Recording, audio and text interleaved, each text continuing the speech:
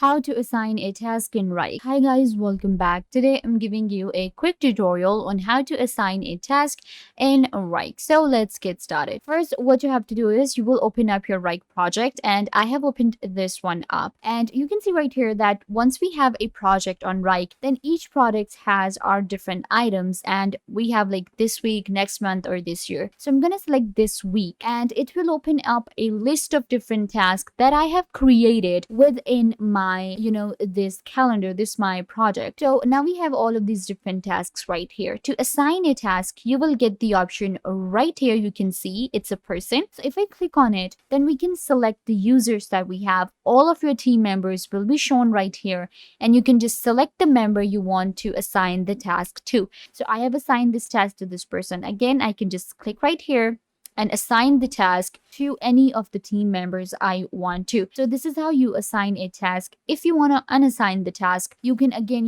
click on it and it will uncheck it. So this is how you do it. And once a task is assigned, we can also create automations according to it. You can just assign the task by clicking right here and selecting the person. I hope that I was a big help. Don't forget to give this video a big thumbs up, leave a comment down below, turn on bell notification, and subscribe to the YouTube channel.